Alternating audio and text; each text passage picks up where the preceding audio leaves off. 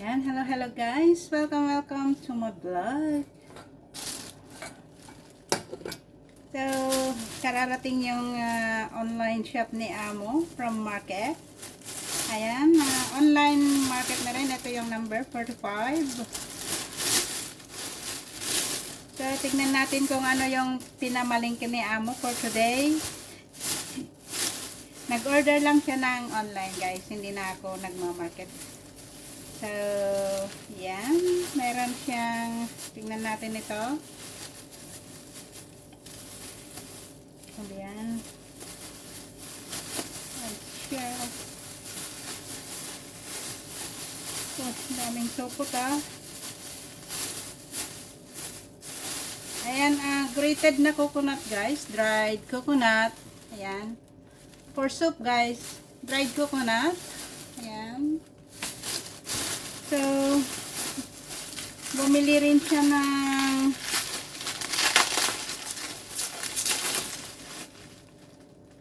ayan, pickled vegetable. Alam ko anong gagawin niya dyan. Meron din siyang biniling kiwi. Ayan. 2, 4, 6, 8, 9. Siguro 9 for 100 guys. Ayan. 9 pieces for 100. So, ito yung carrots pang soup.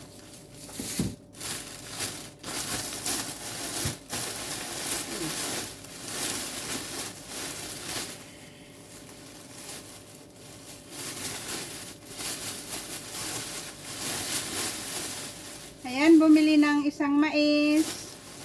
Meron siyang biniling ayan to. Prince vegetable.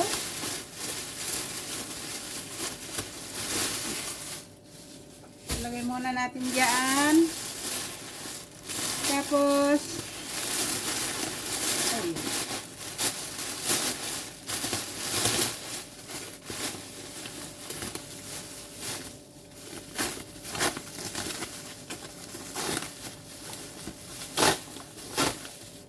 okay.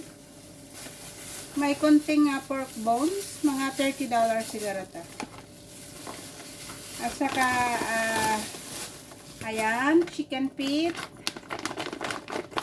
So, ilalagay sa soup ito guys, kasama ng coconut. Wala ng basura. Ano pa to? Holy. Ayan, isda guys. Ito yung paborito ni Amo na isda. Ito lang yung kakainin ni lalaki at hindi na siya magkakain ng rice. Ayan. So, mamaya ko lilinisan ito. Lagay ko muna sa ref.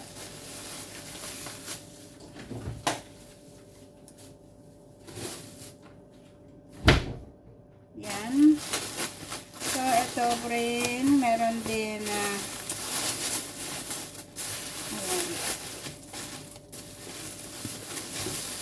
so, bumili siya ng whole chicken. Ayan guys. Pang soup lang. Pang soup pa ito. So, kasama yung dried coconut, carrots, saka yung mais. Yun ang kasama niya.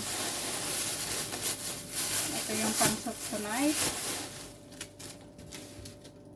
So, mag-prepare tayo ng ating lulutuin ngayon. Ito yung basura na.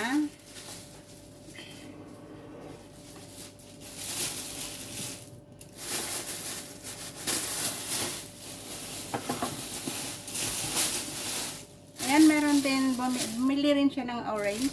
Ayan, 2, 4, 6, 8. 10 orange. Ayan.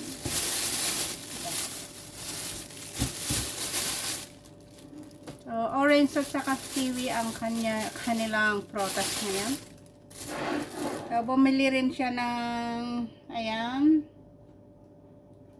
pang soup, burst soup, ayan. Pag di sila magpapaluto or ano, ito lang yung aking iboboil para maging, soup nila. Ayan na yun. So, magpe-prepare na tayo ng ating lulutuin.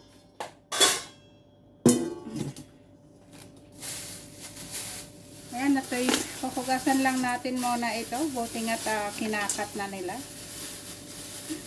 Mahirap kasi mag-cut nito guys. So.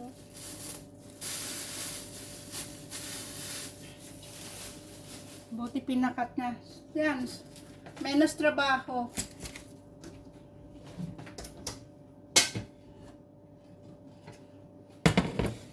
So, hugasan ko lang muna yung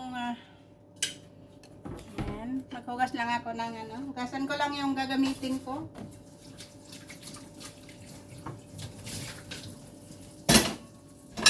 Oh, shoot.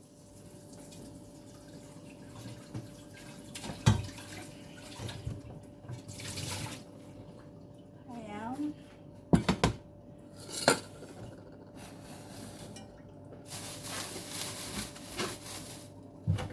So, prepare tayo ng ating lulutuin. Boboil ko muna yung manok. Ay, oh, ka.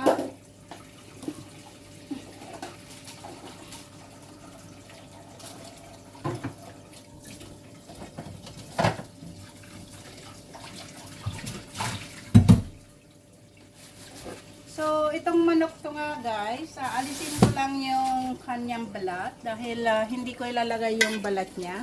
So, kailangan kong alisin siya.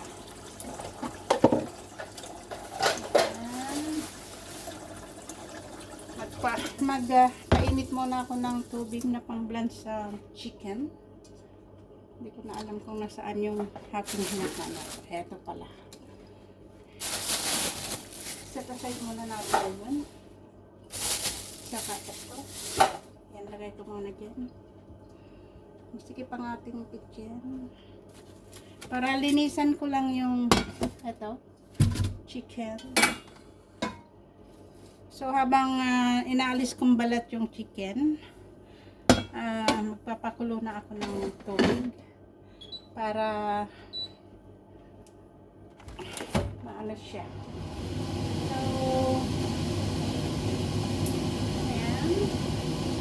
Habang nagtatrabaho, ayan, naka-live din ako sa Coco. Live. Another na sideline sa Coco Live. Ayan.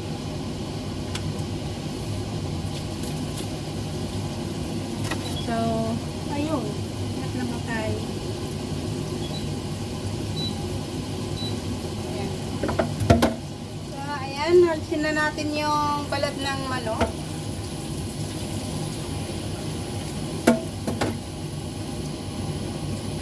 Kasi hindi ko na ihiwain yung manok guys. Ganito na na-hold aking ilalagay. Alisin ko lang yung kanyang balat. Ayan. Skin lang ang aking aalisin dito.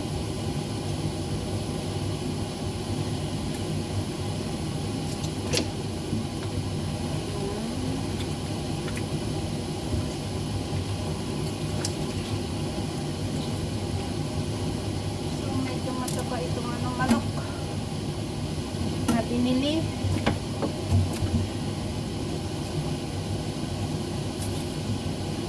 Tuloy na natin yung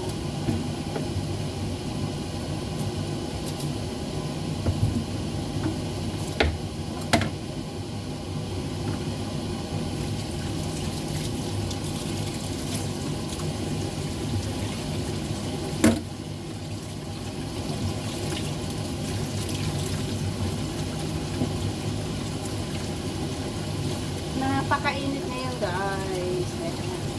Oh. Gamitan natin ng scissor. Ayan. Kaya alisin natin yung ulo niya. At hindi ko ilalagay yan.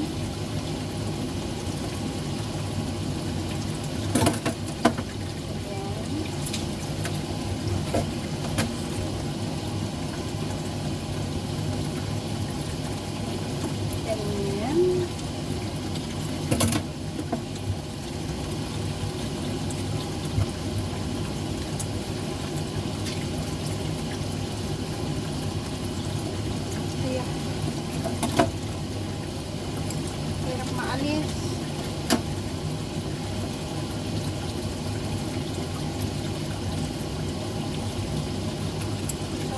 lang konti natin yung ano, kuwiti.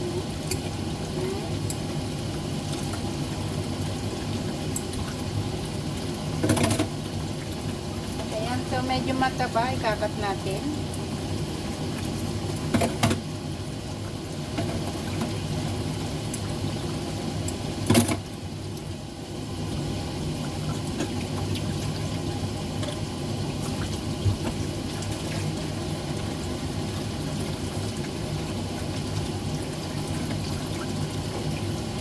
Sa Pilipinas, ayan, nilalagay lahat natin yung skin niya. Pero dito, ayan, tinatapon lang. So, ayan guys, okay na ito. At pwede ko nang i-blanch. Pakuluan ko lang konti guys.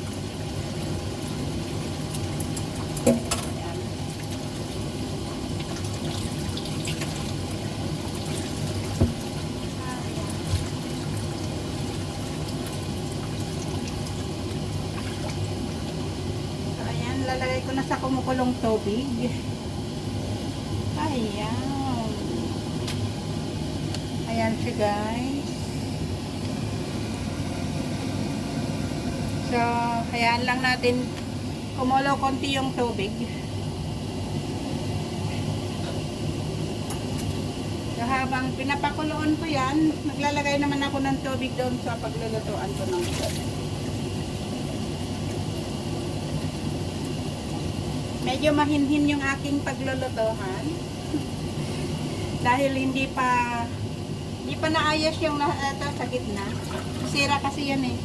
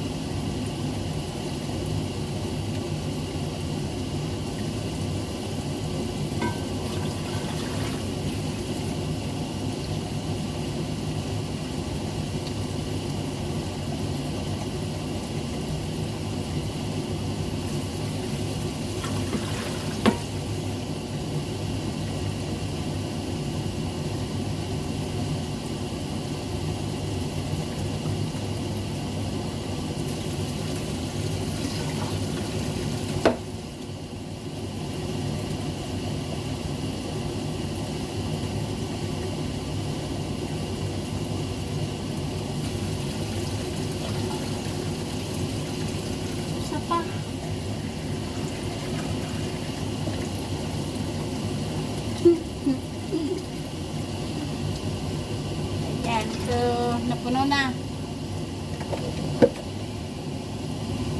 Tapos, ayan, i-blanch din natin yung anong manok, pero yung